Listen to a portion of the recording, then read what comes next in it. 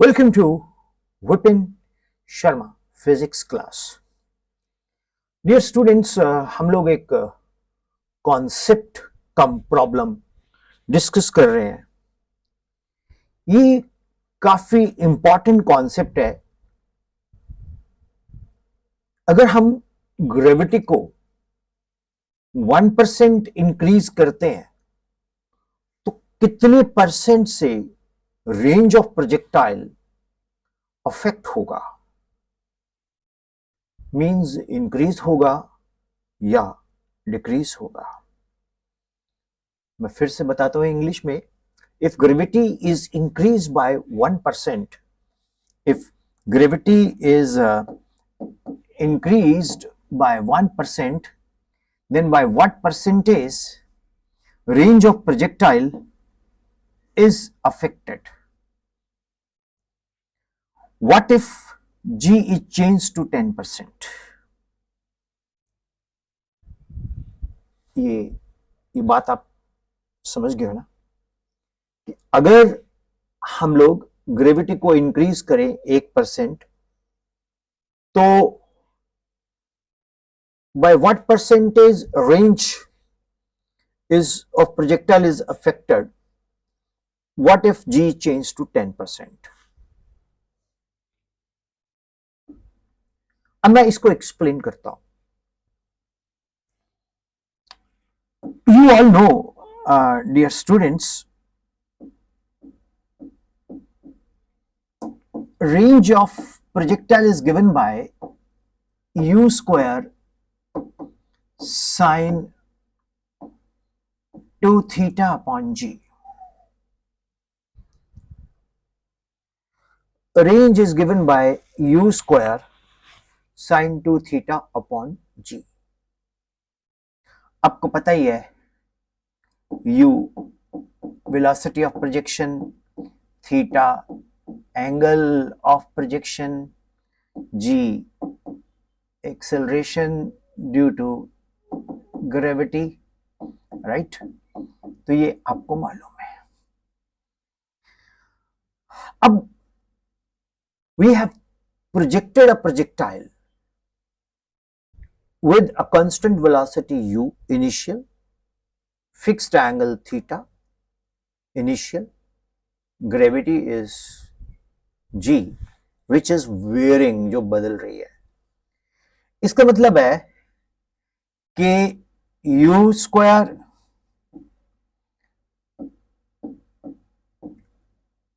Sign 2 theta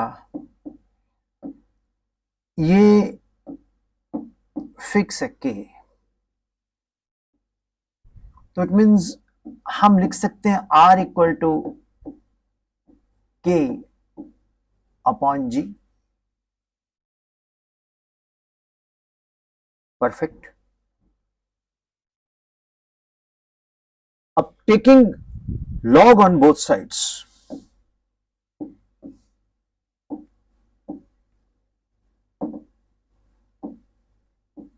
taking log on both sides, तो log r equal to log k upon g। बहुत सारे students दिमाग में question पूछेंगे कि हम यहां log क्यों लिख रहे हैं। डियर स्टूडेंट्स, इसका आंसर बड़ा सिंपल है। हमने कैलकुलस के साथ इस वेरिएशन को स्टडी करना है, तो कैलकुलस में लॉगरिदम कंपैटिबल होगा। बाय प्रैक्टिस ये ऑब्जर्वेशन डेरिवेशन में हम लेके आए। बाय माइंडसेट के लॉग जो है वेरी करता है, ठीक है ना। लॉग जो वेरी करता है वो प्रैक्टिस लेके आए हम, ठीक। दूसरी चीज, लॉग से हम स्मॉल वेरिएशंस को स्टडी करते हैं।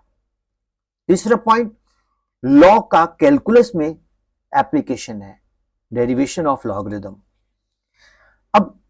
लॉग को हम ln भी लिख सकते हैं, ln r means natural log r, ln k minus ln g।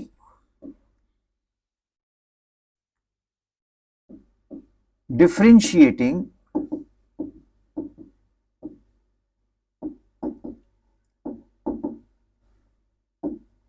with respect to g,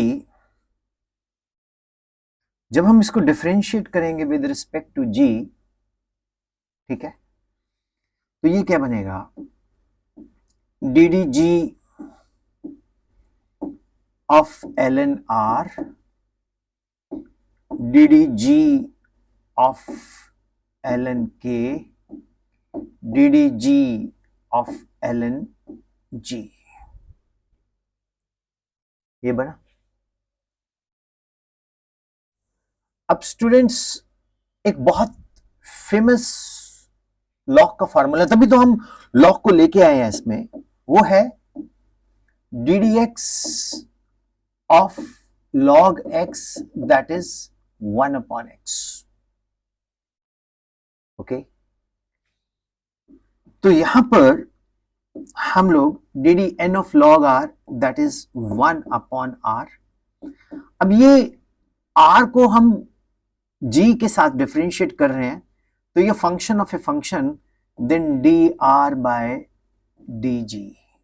वैसे ये बाय नहीं होता, D D G of R होता है, हम लोग बोल देते हैं D R by D G, लेकिन ये बाय नहीं है, it's not a P upon Q form. अब log k इज कांस्टेंट, तो ये बन गया 0, D D G of log g 1 upon G, आगे जैसे ये 1 अपॉन x है ln x, तो ln g 1 अपॉन जी, डी जी अपॉन जी भी होता है। चलो मैं एक स्टेप लिखता हूं, D D G of g भी होगा, सो 1 upon r dg of r minus 1 upon g, ddg of g is 1, so dr by dg, that is delta r upon delta g into r minus 1 upon g। Perfect. dr I have replaced, dr replaced by delta r। अब ये क्या बना, delta g upon g minus delta r upon r।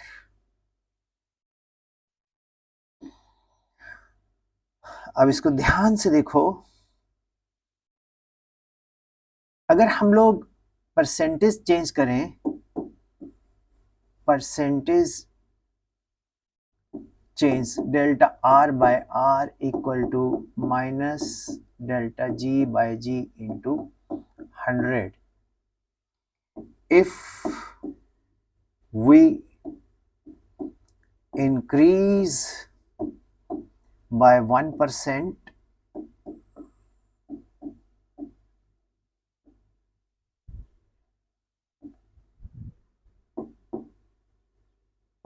then range will decrease by 1%।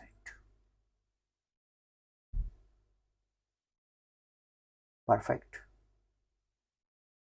If you increase gravity by 1%, then range will decrease by 1%। अब उसमें एक concept था कि अगर हम what if 10% change, delta r by r minus delta g by g is not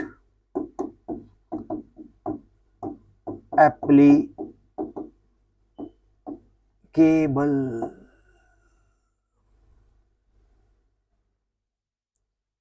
क्यों? ये इसलिए एप्लीकेबल नहीं है, हम लोगों ने जब ग्रेविटी को डिफाइन किया था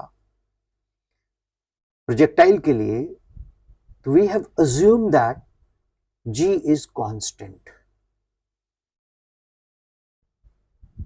but g we haven't taken constant. We can vary g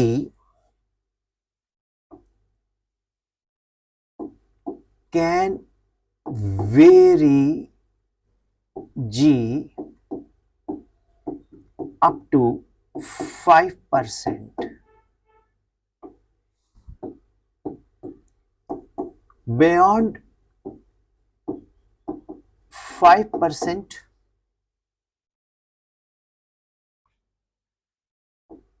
delta r by r minus delta g upon g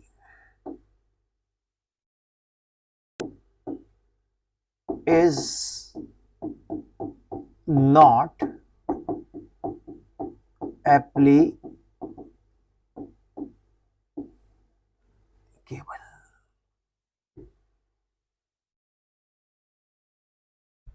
So, hope it is clear. So, dear students, this is all about a concept we have discussed with you. Stay blessed. Keep learning physics. Thank you.